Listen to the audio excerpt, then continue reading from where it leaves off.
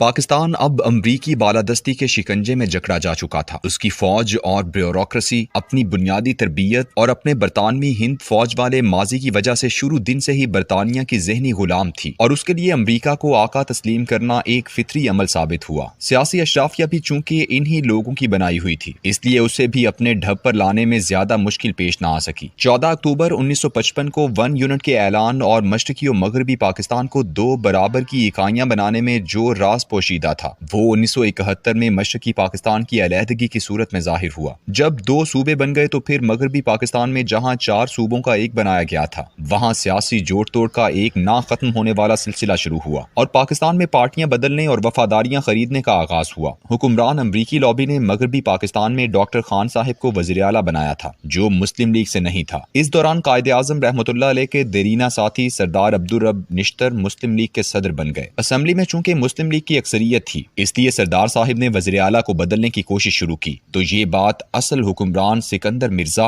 چودھری محمد علی، مشتاق گورمانی کو یہ منظور نہ تھا۔ راتوں رات اسمبلی میں ریپبلکن پارٹی کے نام پر الگ سیاسی جماعت بنائی گئی اور مسلم لیگ کے اکثر اراکین اس میں شامل ہو گئے۔ وفاداریاں بدلنے کی یہ ابتدا اس قدر مہلک تھی کہ آج تک پاکستانی سیاست پر چھائی ہوئی ہے۔ جب سب کچھ عالمی قوتوں کے کنٹرول میں آ گیا اور اندازہ ہو گیا کہ اب اس نوزائیدہ ملک پر اقتدار کو مستحکم کرنے کے لیے انڈیا ایکٹ 1935 کی ضرورت باقی نہیں رہی، تو پھر 29 فروری 1956 کو وزیر اعظم چودھری محمد علی کی سربراہی میں پاکستان کا آئین منظور کر لیا گیا۔ اس کے بعد نئے آئین کے تحت حکومتیں بدلنے کا گھناؤنا کھیل شروع ہوا۔ یہاں پاکستان میں اسلام پسند اور سیکولر لبرل قوم پرست گروہوں کا جھگڑا شروع ہوا۔ حسین شہید سہروردی سیکولر لبرل قوم پرست خیالات رکھنے والے نمایاں رہنما تھے۔ انہوں نے قیام پاکستان کے صرف 2 سال بعد ہی مسلم لیگ کو چھوڑ دیا تھا۔ ان کا بنیادی اختلاف قرارداد مقاصد کے ساتھ تھا، جس میں اس ملک ہی نہیں بلکہ کائنات پر اللہ کی حاکمیت کو تسلیم کیا گیا تھا۔ انہوں نے اپنی جماعت عوامی لیگ بنا لی۔ یہ وہی عوامی لیگ تھی جس کے اہم رہنماؤں میں شیخ مجیب الرحمان بھی شامل تھا۔ عوامی لیگ نے مولوی فضل الحق کی کرشمک سرامک پارٹی کے ساتھ مل کر مارچ 1956 میں اپنی جماعت اور پاکستان کی بانی مسلم لیگ کو زبردست شکست دی۔ 29 فروری 1956 کو جب پاکستان کا آئین منظور ہوا تو سہروردی صاحب کو اس کے بہت سی دفعات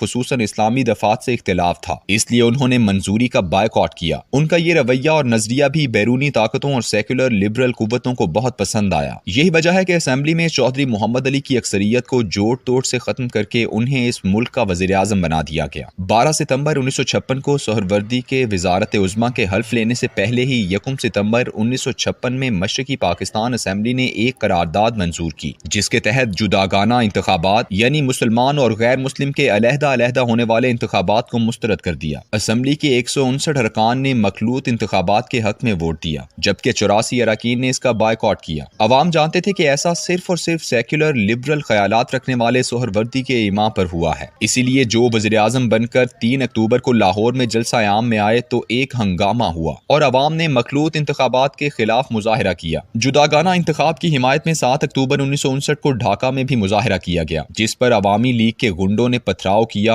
اور شہر میں دفعہ 144 لگا دی گئی۔ جب 8 اکتوبر کو کراچی میں قومی اسمبلی کا اجلاس شروع ہوا تو پورے کراچی میں جداگانہ انتخاب کے حق میں مکمل ہڑتال ہوئی، لیکن قومی اسمبلی نے ایک حیرت انگیز قانون منظور کیا، جس کے مطابق مشرقی پاکستان میں مخلوط انتخابات ہوں گے اور مغربی پاکستان میں جداگانہ انتخابات ہوں گے۔ 11 اکتوبر 1956 کا یہ دن دراصل ایک بنیاد تھی کہ مغربی پاکستان کے لوگ اس فلسفے پر یقین رکھتے ہیں جس کے تحت پاکستان وجود میں آیا تھا، یعنی ہندو اور مسلمان کا علیحدہ علیحدہ ووٹ ہوگا، جبکہ مشرقی پاکستان کے رہنماؤں نے اس فلسفے کو ترک کر کے وہ راہ اختیار کی جو مسلم لیگ کی ساری جدوجہد سے مختلف تھی، یعنی ہندو مسلمان دونوں کا مخلوط ووٹ۔ یوں اس دن ہی دراصل بنگلہ دیش کے ایک سیکولر لبرل ملک بننے کی بنیاد رکھ دی گئی تھی۔ پاکستان میں دوسری عدم اعتماد کی تحریک 28 جنوری 1957 کو مغربی پاکستان کے وزیر اعلیٰ ڈاکٹر خان صاحب کے خلاف پیش ہوئی۔ اس وقت مسلم لیگ کی اسمبلی میں 124 ارکان تھے۔ قرارداد ایک آزاد رکن ڈاکٹر سعید الدین صالح نے پیش کی۔ مسلم لیگ اصل حکمرانوں کو بھی خوش رکھنا چاہتی تھی اور اقتدار میں بھی رہنا چاہتی تھی، اسی لیے انہوں نے اسپیکر کی جانبداری کا بہانہ بنا کر اجلاس کا بائیکاٹ کر دیا۔ یوں ڈاکٹر خان صاحب کو 162 ووٹ ملے اور عدم اعتماد کے حق میں صرف بیچارے ڈاکٹر سعید الدین صالح کا اکلوتا ووٹ آیا۔ اس طرح کی سیاسی چور بازاری اور خرید و فروخت والی جمہوری سیاست کے ہنگاموں میں جماعت اسلامی کا مشہور ماچی گوٹ کا اجتماع فروری 1957 میں منعقد ہوا، جس میں جماعت اسلامی کے کئی سرکردہ رہنماؤں نے مشورہ دیا کہ جماعت کو اس غلیظ انتخابی سیاست سے علیحدہ ہو کر انقلابی راستہ اختیار کرنا چاہیے۔